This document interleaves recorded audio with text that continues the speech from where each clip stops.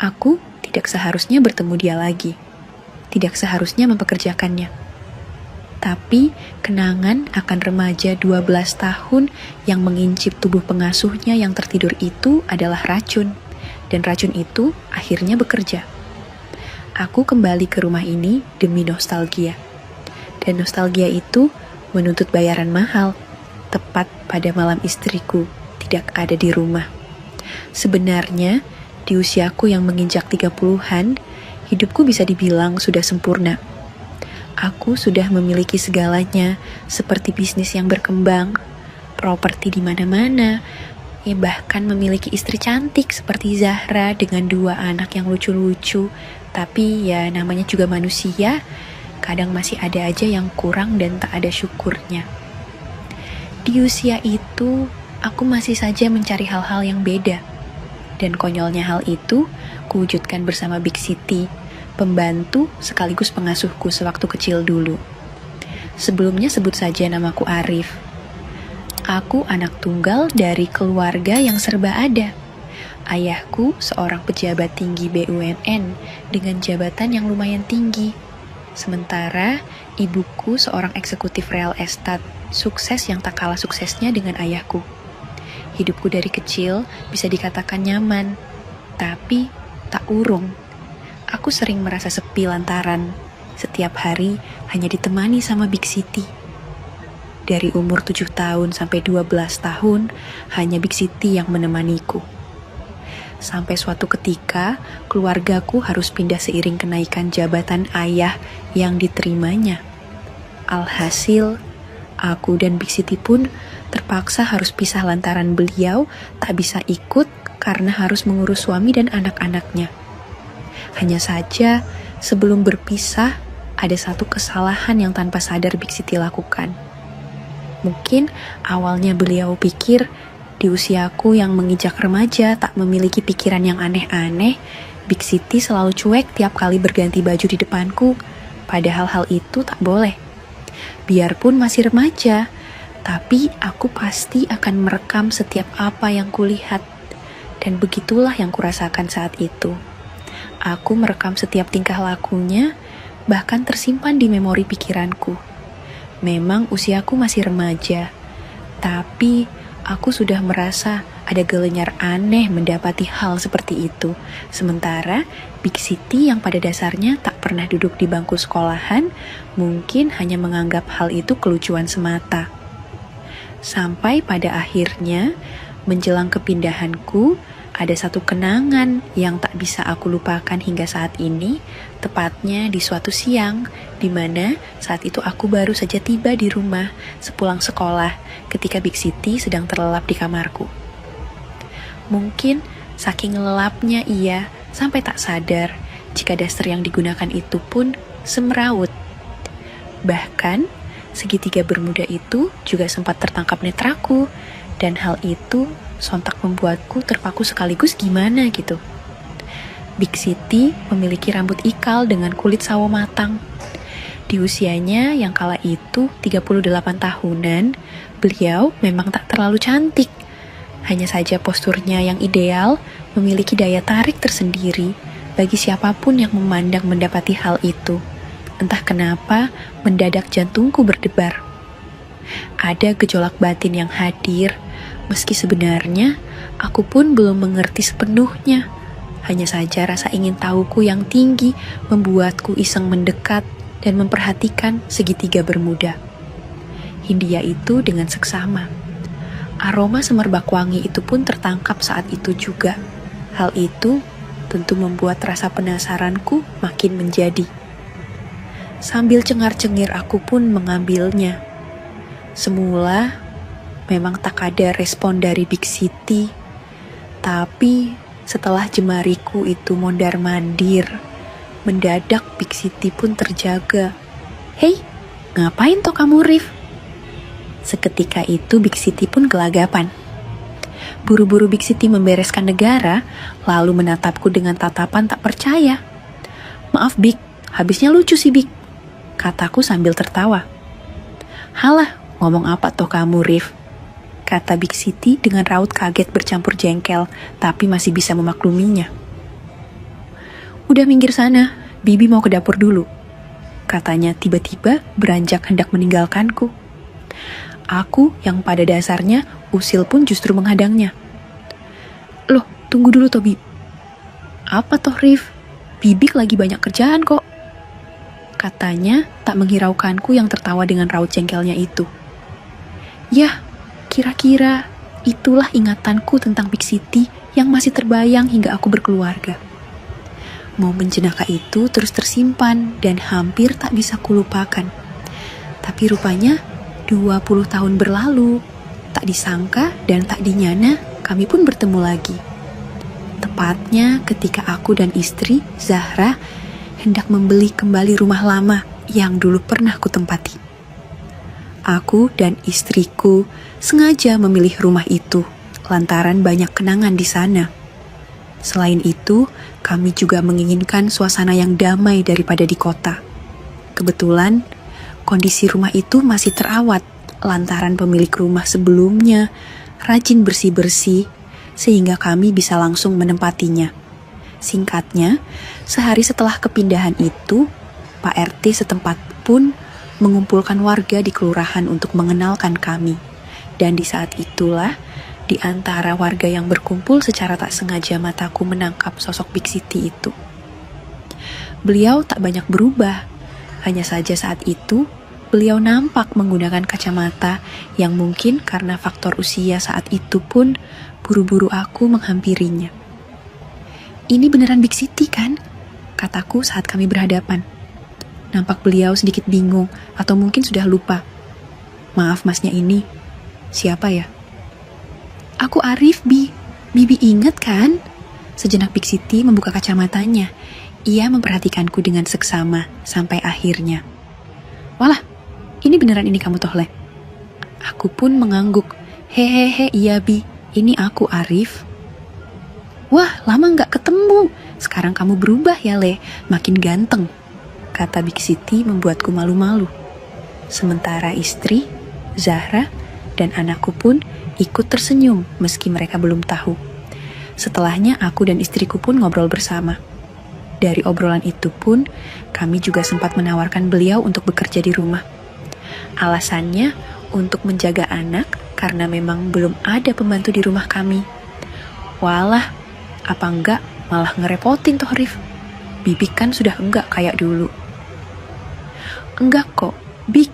Justru kami memang butuh pembantu di rumah, kataku meyakinkannya. Nampak beliau ragu-ragu. Duh, gimana ya? Bibi pikir-pikir dulu ya, Rif. Biar Bibi tanya sama anak-anak dulu. Ya, santai aja, Bi. Nanti kalau memang setuju langsung ke rumah ya.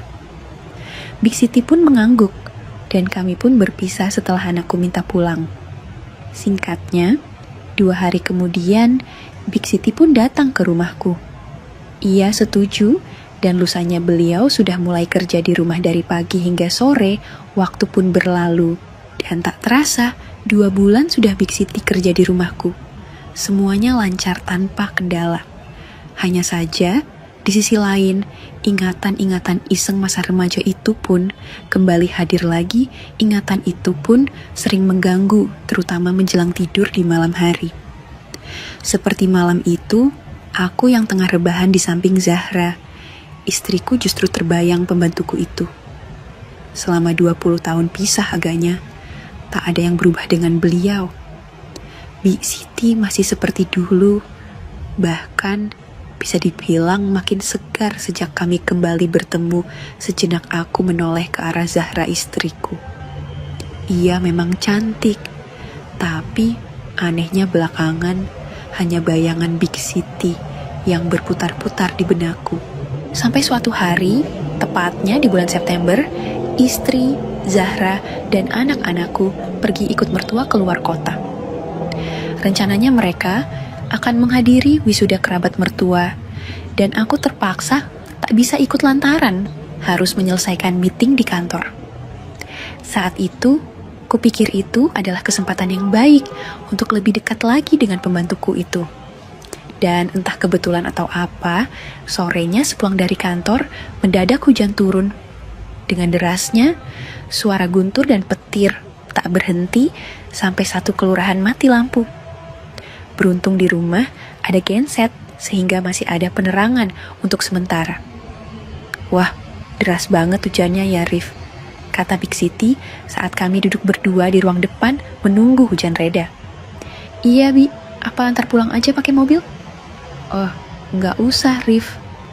Di rumah pasti gelap juga kan? Oh ya, ya udah, mending di sini aja Bi, ada gensetnya. Akhirnya, obrolan itu pun berlanjut dari hal-hal sederhana hingga mengenang masa remajaku dulu. Beliau yang saat itu kebetulan menggunakan daster tanpa lengan sedikit membuat pikiranku tak tenang. Sambil ngobrol, sesekali ku perhatikan lagi Big Siti diam-diam. Hujan-hujan gini kok, malah bikin mumet aja kamu Big, gumamku dalam hati. Sementara, Big Siti yang ada di sampingku terus saja mengoceh, tak peduli gejolak batin yang makin menjadi-jadi saat itu. Bi, maaf nih ya. Bibi, inget enggak soal Arif yang pernah nginsip? Bibi pas lagi tidur siang dulu. Kataku berusaha membawa obrolan itu lebih jauh. Beliau lantas terdiam sejenak, nampak sedang mengingat kembali kenangan itu.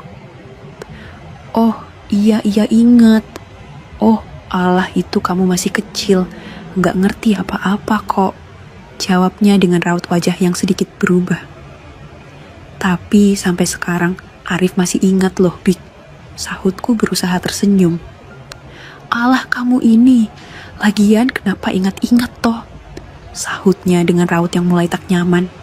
Bahkan selanjutnya ia lebih banyak diam. Mendadak kami sama-sama canggung. Sampai sedetik kemudian, ya udah, kalau gitu Bibi tak istirahat dulu.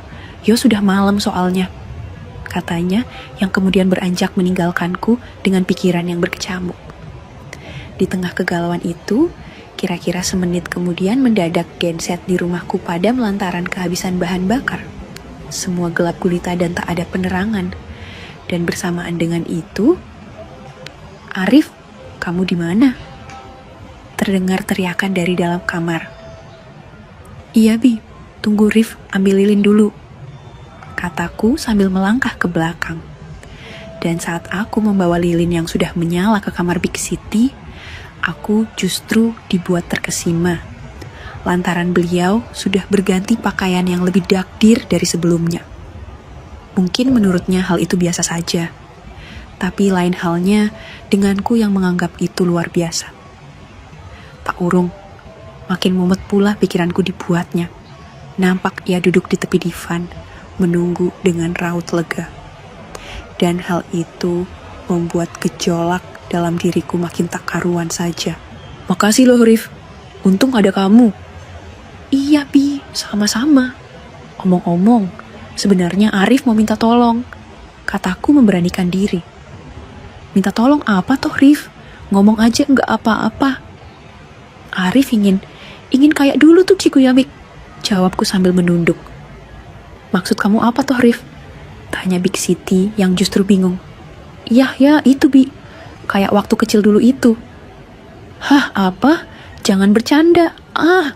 Jawab Big Siti dengan suara agak tinggi. Iya Big, Bibi pasti tahu kan?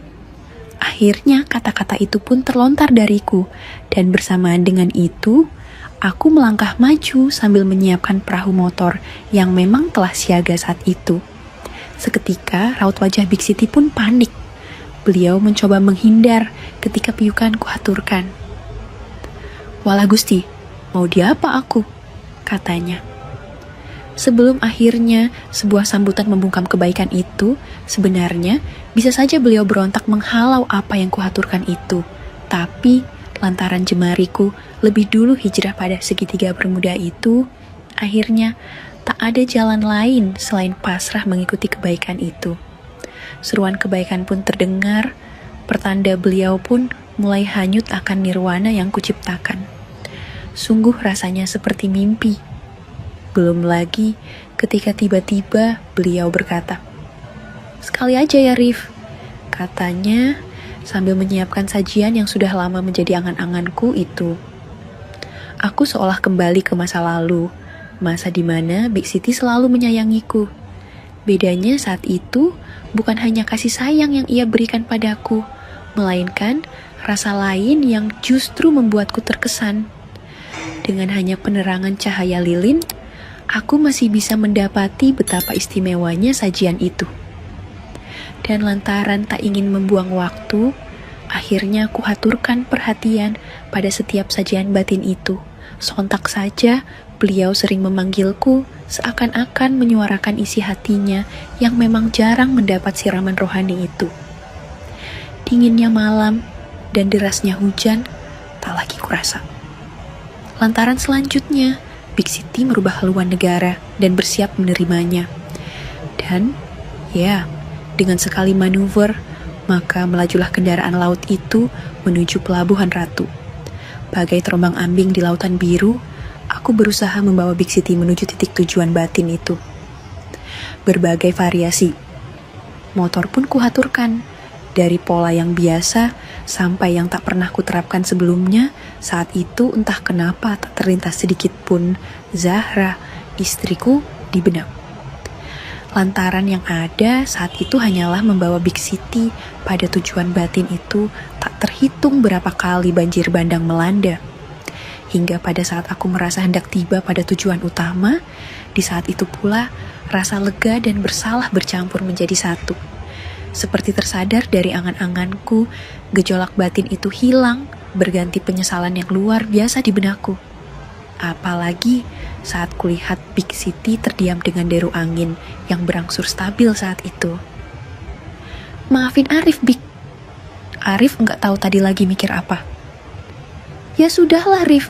Jangan dipikirin lagi. Toh semua sudah terjadi, kata Big City dengan suara pelan dan berkaca-kaca sontak. Ucapan itu membuatku merasa seperti manusia hina. Aku tahu jika apa yang dilalui tadi itu keliru, tapi sayangnya hal itu sudah terjadi di luar kendaliku. Sejak itu, beberapa hari berikutnya, entah kenapa, aku malah merasa bimbang dan tak tenang. Dalam hati, ada penyesalan yang dalam, dan berjanji jika hal tersebut tak akan terulang, aku ingin semua itu menjadi yang pertama dan terakhir, serta berusaha melupakan semua itu. Sampai 3 hari setelahnya aku memberanikan diri menghampiri Big City saat dia lagi di dapur. Semula ia hanya melirik, lalu kembali memotong bawang. Bi, Arif minta maaf lagi ya. Mendengar hal itu, Big City berhenti dan lantas meletakkan gawainya. Dia menatapku sekilas. Udah, jangan dipikirin lagi, Rif. Bibik juga salah dan seharusnya bisa nolak. Enggak, Bi, ini salah Arif. Pikiran Arif kemarin lagi kacau. Beliau terdiam sesaat dan pada saat itu pula aku ambil sebuah amplop dari saku. Ini untuk Bibik ya. Anggap aja ini tanda terima kasih Arif selama Bibik bantu-bantu di sini. Beliau langsung menggeleng. Nggak usah, Rif Bibik. Di sini kan udah dibayar cukup toh. Bukan Bi, ini beda. Arif ngasih ini buat modal Bibi usaha. Bibi mungkin nggak perlu kerja lagi di sini. Big City terdiam sejenak dan perlahan matanya berkaca-kaca. Sebenarnya Bibik juga mikir kayak gitu, Rif. Bibik sebenarnya juga mau berhenti kerja di sini. Bibi nggak ingin kehadiran Bibi di sini jadi benalu dan justru bakal bikin keluargamu hancur. Aku pun mengangguk. Oh, walah baiklah, Bi. Pokoknya Arif, makasih banyak, Bi. Big City hanya tersenyum haru mendengarnya. Dan akhirnya, hari itu menjadi hari terakhir Big City bekerja di rumahku dan sekaligus sebagai akhir dari perjalanan isengku itu. Singkatnya, pada saat Zahra dan anak-anak pulang, mereka sama-sama heran lantaran Big City tak lagi bekerja di rumahku. Semula, aku hanya beralasan jika Big City sedang ada keperluan dan cuti beberapa hari bekerja, dan barulah di malam harinya, di mana aku dan istriku sudah berada di kamar, aku memberanikan diri untuk mengakui kesalahanku. Ada yang harus aku ceritain ke kamu. Semula istriku melihatku dengan raut bingung, nampak ia mengernyitkan dahi. Ada apa sih, Kemas? Sejenak aku menghela napas sebelum akhirnya mulai menceritakan semua kesalahanku tentang Big City. Padanya, air mata Zahra pun tumpah.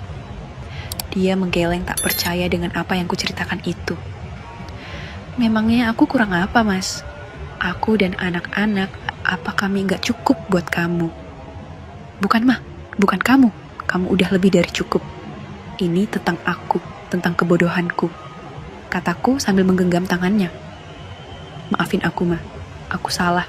Aku minta maaf. Alhasil, kami berdua pun menangis bersama. Aku tahu, mungkin setelah menceritakan kesalahan itu, istriku tak akan langsung kembali seperti semula.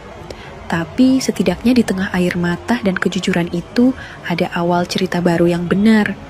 Dan babak baru, kehidupan yang lebih baik dari sebelumnya. Aku berdiri di reruntuhan hidupku sendiri, menangis bersama Zahra.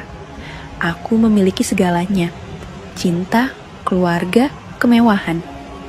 Namun, kurangnya rasa syukur membuatku mencari pemenuhan konyol dari bayangan masa lalu.